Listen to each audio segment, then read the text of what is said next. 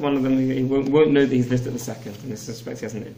Then Beis HaPsachim B'Ruach Achas, if he has two entrances on the same side, both facing north, then it's enough to light one of them, because anyone walking past will see both entrances, they'll see he's lit in one and not another. If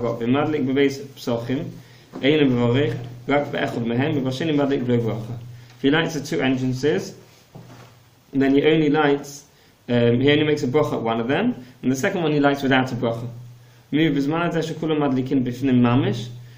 ואין הקל לבני ראש השם כלל אפילו יש לחוץ לבייס הרבה פסוחים להרבה רוחos אין מדליקים אלא פעם אחת בפנים כן נועלי וכן המנהג פשוט. Says the Gemara. Then nowadays we light inside, right? In the days of the Gemara everyone was lighting inside.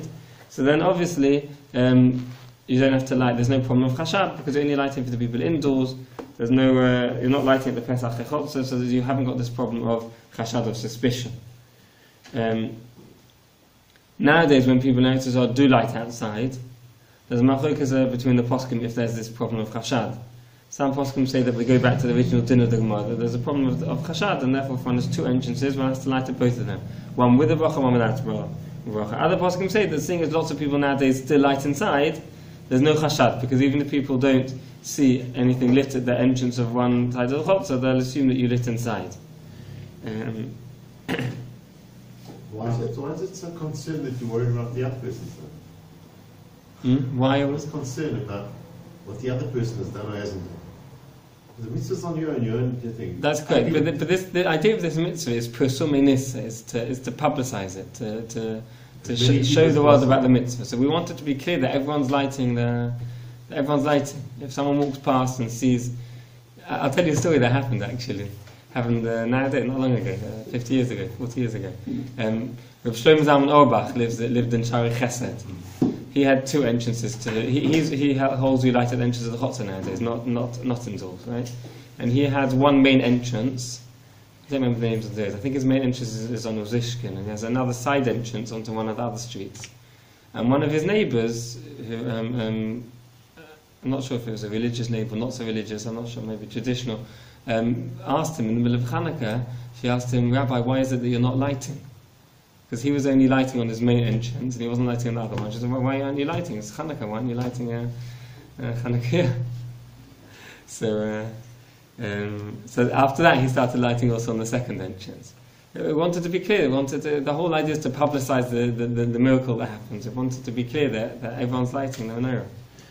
Maybe it could be that's why we haven't got this Indian of chashad. It's a good question you ask because we don't find this by other mitzvahs.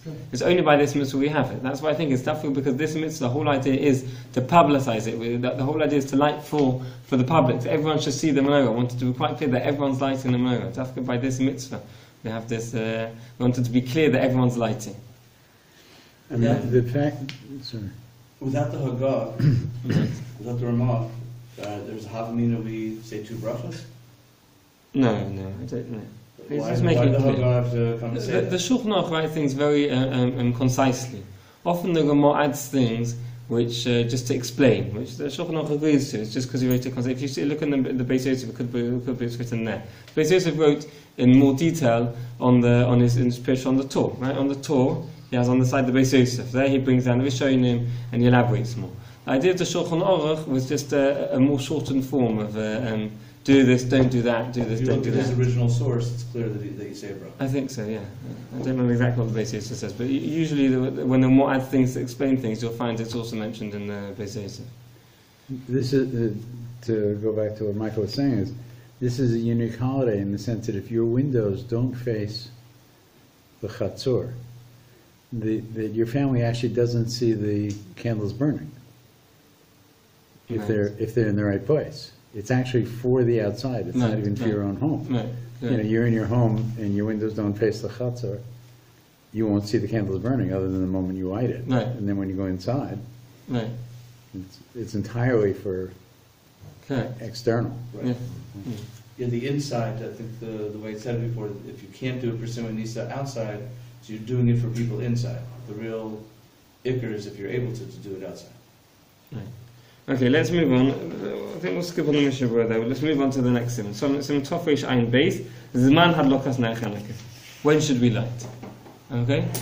Now, before we start reading it, I want to give an introduction about Zmanim, how the halachic times, how they work. This is important for many things to do with many mitzvahs, and now CHANUKAH as well. I want to give an introduction. There's first of all there's something called shkia, right? Shkia.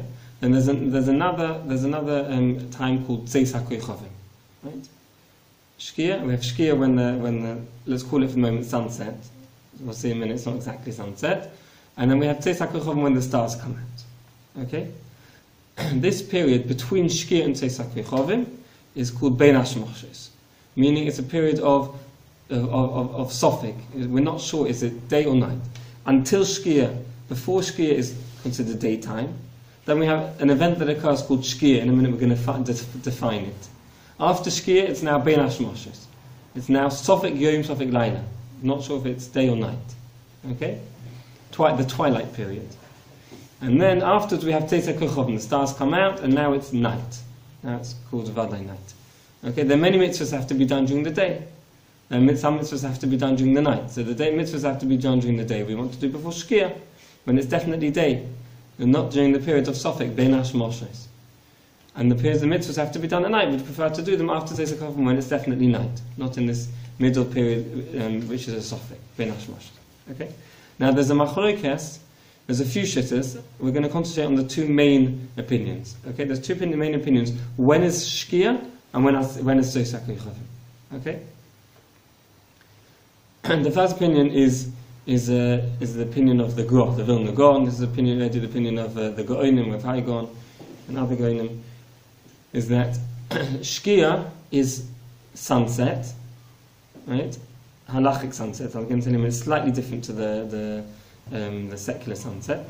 Sunset, when the sun sets, when the sun disappears, it goes beneath the horizon. That's a shkia. Shkia sachamo. Tzeis HaKoychavim is then a period of a couple of minutes afterwards, defined as the time it takes to walk 3/4 of a mil. 3/4 of a mil, meaning approximately a kilometre.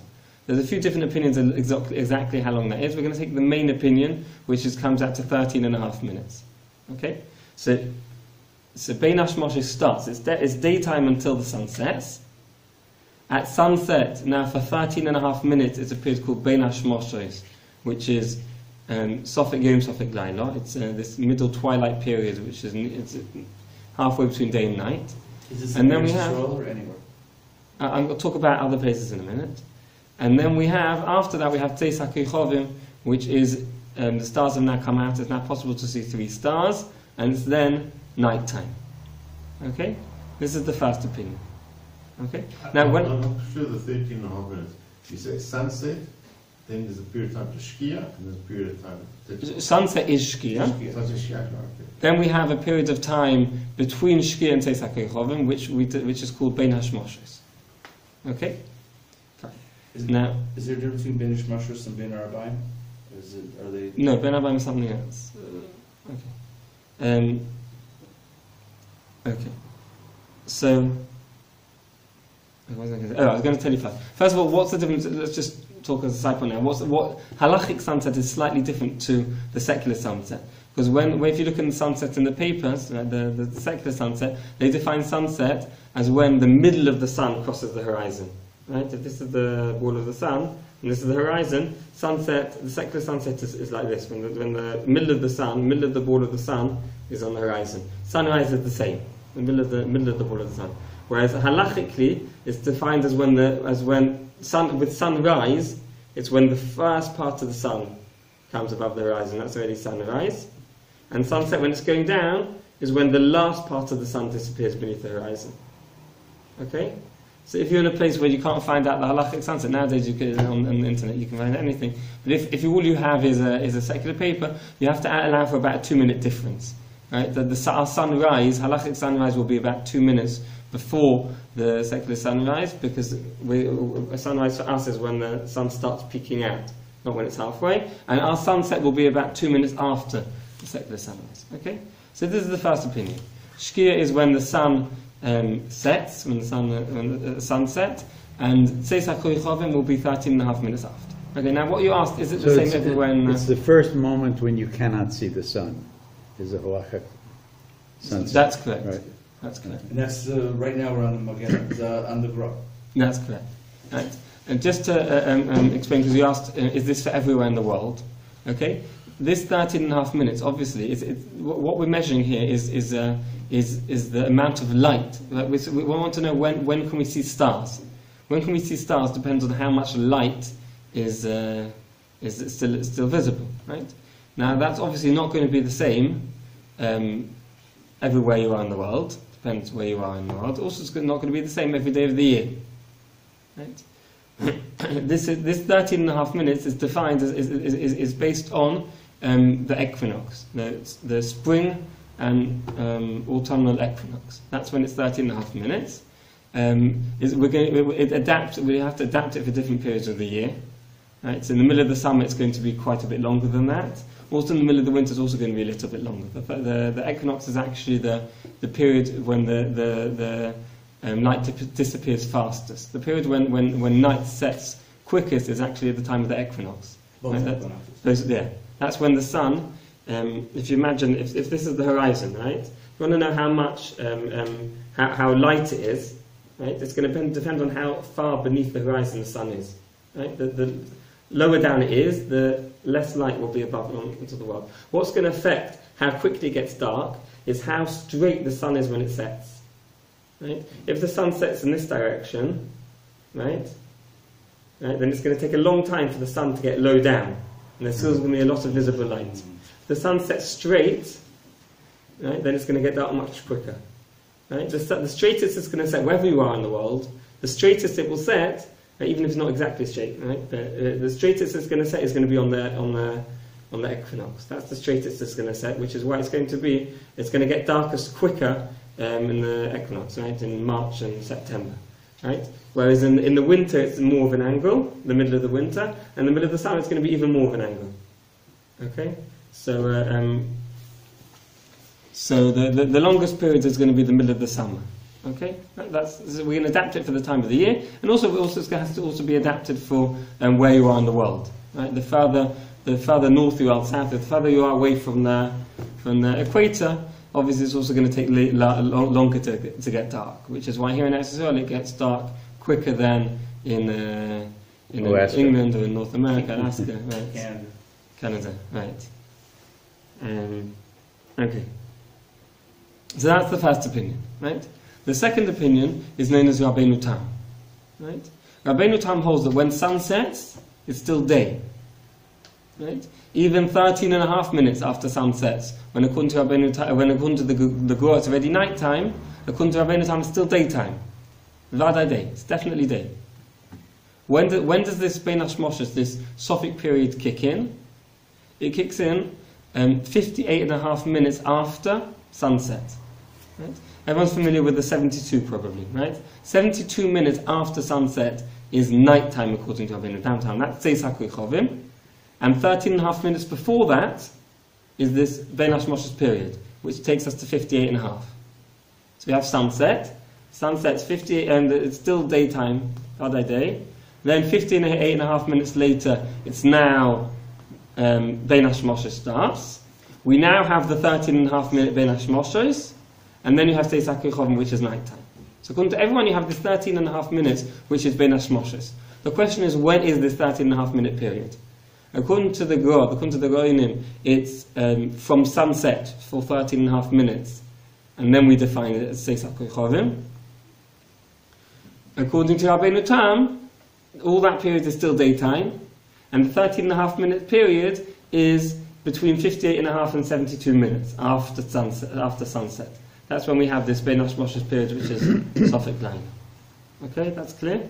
Yeah. Again, this 58.5, 72 is also going to depend, is also fixed at the equinox period in Eretz Yisrael, and therefore it will vary for different times of the year and for different places in the world. Okay? I'm struggling with this. Okay. 13 and a half minutes. If we go back from nighttime, 3 stars, so 13 and a half minutes back is by Rabbeinu Tam. the beginning of Banish Moshes. Is that correct? Mm-hmm. Okay. And that's also, but that's not Shkia, is it? Or is it That's Shkia? how he defines That's Shkia. his Shkia. That's his Shkia, yes. Right. Okay. Which we'll see when we look at the Mishnah Berurah, that's called by either called Shkia Shnia or Sof Shkia. In order to differentiate it from our Shkia, Right. we'll refer to it as Sof Shkia, the end of Shkia, or Shkia Shnia, the second Shkia. But according to Rabbi Eliezer, that is Shkia. That's his Shkia. That's Shkia. And then prior to that, it's daytime, according to Rabbi Eliezer. That's It's daytime. right. That's right? right. Yeah. With the Gra, still going from 3 stars, right? Nighttime, black sky, you're going back how far to Shkia? Okay. 13 So I can see where your question. Let me explain something. I think this Yeah. will solve the problem. Right? I mean, are we expanding Banish Moshes? Is that what? No, we're not or expanding compressing those it? We're not expanding. They're both 13 both are minutes. 13.5 minutes. Okay. It's just the question when it is. I think the point I was going to say after. Let me say this point now. Maybe Right. this will answer your question. Right? It turns out that Tzeis HaKoichovim of the Gra, when the stars come out, is much earlier than the Tzeis HaKoichovim of Rabbeinu Tam. The sky Right? could be Now, light. how can this be? Are there stars or aren't there stars? Are there 3 stars or there aren't 3 stars? The answer is that it depends how you define 3 stars. It has to be 3 medium-sized stars. Okay? Depends how you define it. If you look at the 13.5 minutes after Shkia, it's still very bright outside. Where are the stars? Right? It has to be Tzeis HaKoichovim. It has to be Right. nighttime according to the Gra. Where are the stars? This is the question Rabbeinu Tam was asking. Right. Right. On the other hand, if you look at Rabbeinu Tam, you come out with Rabbeinu Tam, 72 minutes, you'll see that the sky is full of stars. This Right. is surely long after 3 stars have come out. Okay? How do we understand them according to the Metzias nowadays, according to what we see with our own eyes? The answer is like this. It depends how you define 3 stars. If you look for the biggest stars, right, and you know where to find them, right? If you know where to find stars, you can say that there'll be one over there is going to appear in a minute, right? We're not familiar with the stars, but in the olden days that's how they directed themselves at night. Was based on the stars, right? If you were a sailor, you had to know the right. So you would know where the stars are going to appear. If you know where to look for stars, you'll find them much quicker. That's number one. If you're searching the whole sky looking for a star, it's much more difficult to find it when it first appears. If you know where it is, you'll find it straight away. Okay, that's the first assumption. Okay? Even with a light sky. Hmm? Even with a light sky. With a light sky, at this period, just after sunset, when it's still very bright outside, so what did you mean even with a light sky? You mean because it's not so... The sky is still bright. Right, okay. The moment after Shkia, it's Right. not dark. Right. So obviously the bigger ones are going to appear before the small ones. Each star, when it first appears in the sky, whether it's a big one which appears when it's bright outside, or a small one that's going to appear when it's dark outside, each one the expert will find it quicker than the person who doesn't know where to look. Okay? Now, if you know where to look, about approximately 13.5 minutes after Shkia, you'll be able to see the 3 biggest stars. Right? The biggest star is Sirius. It depends on the time of year. Sometimes it won't appear straight after night. But the 3 biggest stars you should be able to find around 13.5 minutes after Shkia if you know where to look. Okay? The problem is that the 3 stars is defined as medium-sized stars. Right. Right? So according to this opinion, we would have to find big stars we will define as planets. Right? Planets which halachically are just stars as well. Right? They're stars that move. They're moving stars. They're not still stars. But planets are also stars. Right? Planets would be planets which can be visible by day. Venus can appear 10 minutes before sunset. Mars can be seen sometimes a couple of minutes before sunset. Jupiter can, right? These will be defined as the large stars. And then the regular stars will be defined as medium-sized stars, the first 3 of which can be seen approximately 13.5 minutes after Shkia for an expert who knows where to look. Okay? This is how we'll explain the shit of the Goyim. What about the shit of Rabbeinu Tam? The shit of Rabbeinu Tam, surely 72 minutes after night time, which is when he defines this period of 3 stars, surely the whole sky is full of stars. Right. The answer is that First of all, he's going to define large stars as he will look at the stars as a whole, a body of stars, and define, split it roughly into three groups. The middle size will be medium stars. Right? So again, we're talking about stars much smaller than the ones we used to define the nighttime according to the Goyim. We're now talking about medium-sized stars based on what we call stars, right? Medium-sized stars. Second of all, we'll have to add that according to Rabbeinu Tam, these stars have to be visible in the west, where the sun sets. Where the sun sets in the west, the sky is much brighter, Right. and it takes longer till you see stars in the west. Okay, so if you're looking for three medium-sized stars in the west sky, then that will be approximately 72 minutes after Shkia. That's Zeis HaKachom according to Rabbeinu Tam. So we've explained both of them, how they both fit in the Messias, that there's actually a disagreement into how we define three medium-sized stars and where you're looking for them. Okay? Are we consistent with this in the sense that when Shabbos comes in, we're very concerned about being into Shabbos as early as possible and all the elements that go with that. But when Shabbos goes out, we don't say 13 minutes after Shkia, That's right. we're out of Shabbos. That's right. So let me now explain a bit more to do with Shabbos, okay?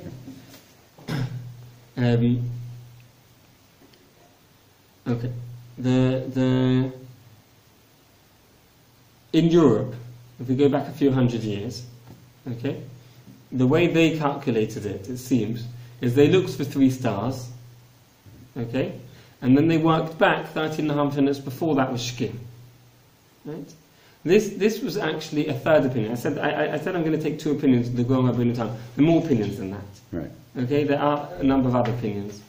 It seems that what happened in Europe in the last few hundred years was something in the middle. There's something in the middle. That Shkia, Zeis HaKachom was when they saw three, what they defined as three medium-sized stars, and Shkia was 13.5 minutes before that. When the Chofetz Chaim came, about 120 years ago, he very much pressed the opinion of the Gra, that we should stop working on Shabbos and Erev Shabbos at Shkia, at sunset. Right? And he succeeded. He succeeded in, now we have the whole world, you won't find anyone that does Malacha after Shkia, after sunset. Right? Because the Tish of the Goyim, that already it's Bein HaShmoshes at sunset. Right. Okay? So he pushed Shkia forward.